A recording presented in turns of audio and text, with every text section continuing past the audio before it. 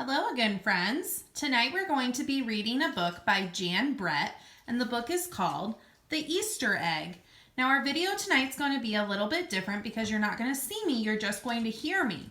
I wanted to film the book this way tonight because it's kind of a big book, and also because Jan Brett always does a really nice job of adding some cool details to her illustrations, and I wanted to make sure I could zoom in on those illustrations so you can really see them the whole time I'm reading. Be looking all over the pages for the details that she adds in the Easter egg. Cheer up, spring is here. Time to start on my first ever Easter egg, Hoppy said. Each year, the bunny who decorated the winning egg got to help the Easter rabbit hide the eggs on Easter morning. Hoppy had been dreaming about being that bunny all year long. Now it was time to get started. Everywhere Hoppy looked, rabbits were working on dazzling eggs. I need an amazing idea, he thought. Hoppy spotted Flora Bunny planting spring wildflowers in her eggs. The Easter rabbit will love those colorful flowers, he thought, and started picking flowers for his egg. Here's a basket for your flowers, Hoppy, Flora said. That was so nice of her to share. Chop, chop, scrape, scrape. Hoppy spied Buster Birch carving a magnificent wooden egg. I wish I had some wood for my egg, he wished out loud. Here you go, Hoppy, Buster Birch said, and he put a smooth round piece of wood in Hoppy's basket. Thank you, Buster, Hoppy said. Look at that beautiful wooden egg.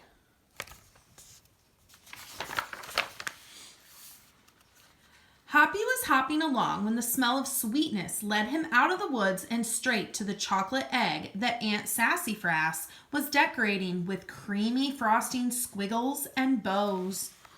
Hello, Hoppy, she said, and she put some chocolate squares in his basket. Hippity hop, Hoppy exclaimed. I'll make the Easter rabbit a chocolate egg so sweet, it will make his whiskers tingle. See the little rabbit on the side there? There's always something happening on the edges of the pages. Then Hoppy saw Granny Irene decorating one of her fabulous story eggs. First, she traced a design on the egg with a special tool. Then she dipped the egg in pots of yellow, green, orange, and red dye, adding to the design each time. Hoppy couldn't believe his eyes. I'll never make an egg that beautiful, he told Granny Irene. She smiled. Try, she said, giving him one of her special tools. Hoppy was hopping by Hans Vander Rabbit's garden when he spotted an extraordinary egg. Hans was painting a portrait of the Easter rabbit so real that it looked alive. Fantastic, Hoppy exclaimed. Thank you, Hoppy, Hans said. Why don't you make a painting on your egg? He gave Hoppy pots of paint and a fine brush. Look at his egg. It really does look real. Oh, and look, he even has a sketch up here that he's following to print it onto his egg. So creative. As Hoppy bounced along, a loud boing nearly knocked him off his feet. It was a whirling, twirling, mechanical egg. Whoa, Hoppy said. That's an unusual egg. Would you like to make one? Roberto asked. Hoppy tried hard, but the harder he tried, the more parts and pieces piled up around him. Thank you, Roberto, he sighed, but I think I better make the egg that is right for me. Look at his poor pile of stuff. It wasn't going very well for him, was it? Hoppy hopped back to the woods and lay down under a tall tree to think. Making a beautiful egg is harder than I imagined, he thought. I guess I don't have to win. I just want to make an egg I am proud of. There he is, taking a little rest, thinking about it. I think that's a good goal to set. He just wants to be proud of his egg. Suddenly, the woods rang with the squawking of birds, sounding an alarm. Mother Robin swooped down, calling wildly as if she couldn't decide where to go. An egg had tumbled out of Mother Robin's nest. Inside the perfect blue egg was a baby robin that needed its mother to keep it warm until it hatched. Oh, I see the egg. That poor mama. Hoppy knew what he had to do. He sat down carefully and covered the blue egg with his soft, warm fur. "I'll take care of you the best I can," he whispered. Relieved, Mother Robin chirped and settled down on her other 2 eggs. So she knows Hoppy is going to take care of this one. So she's going to go back and take care of the others. Hoppy never left the robin's egg. If it was sunny and warm, he carefully turned the egg on in its nest of moss. If it was rainy and cold, he kept the egg covered and dry. At night, wild animals passed by. Hoppy crouched down and stayed hidden in the ferns. Often he heard strange noises coming from above, but Hoppy didn't run away. What a brave rabbit.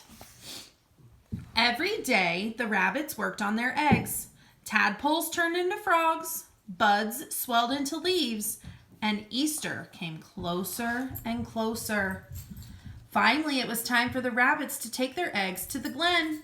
They had forgotten all about Hoppy, who was quietly sitting on the blue egg under the tall tree in the woods.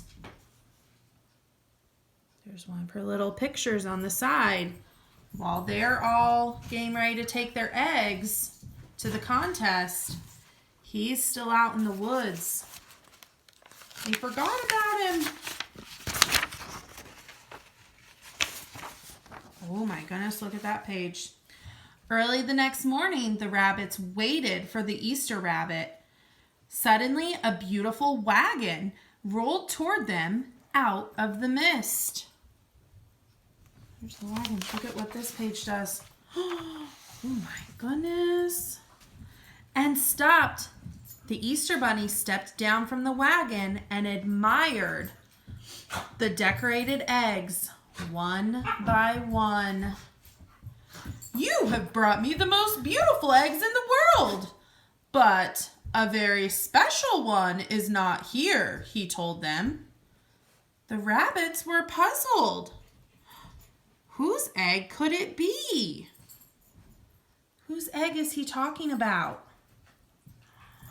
I don't know. Could it be? "Fill my wagon with your wonderful eggs," he said. "When I return, I will show it to you."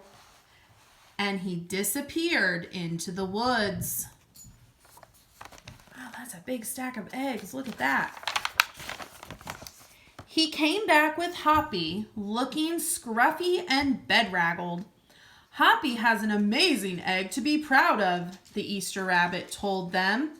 "He has kept Mother Robin's egg warm and safe until her baby bird hatched and she could take care of it."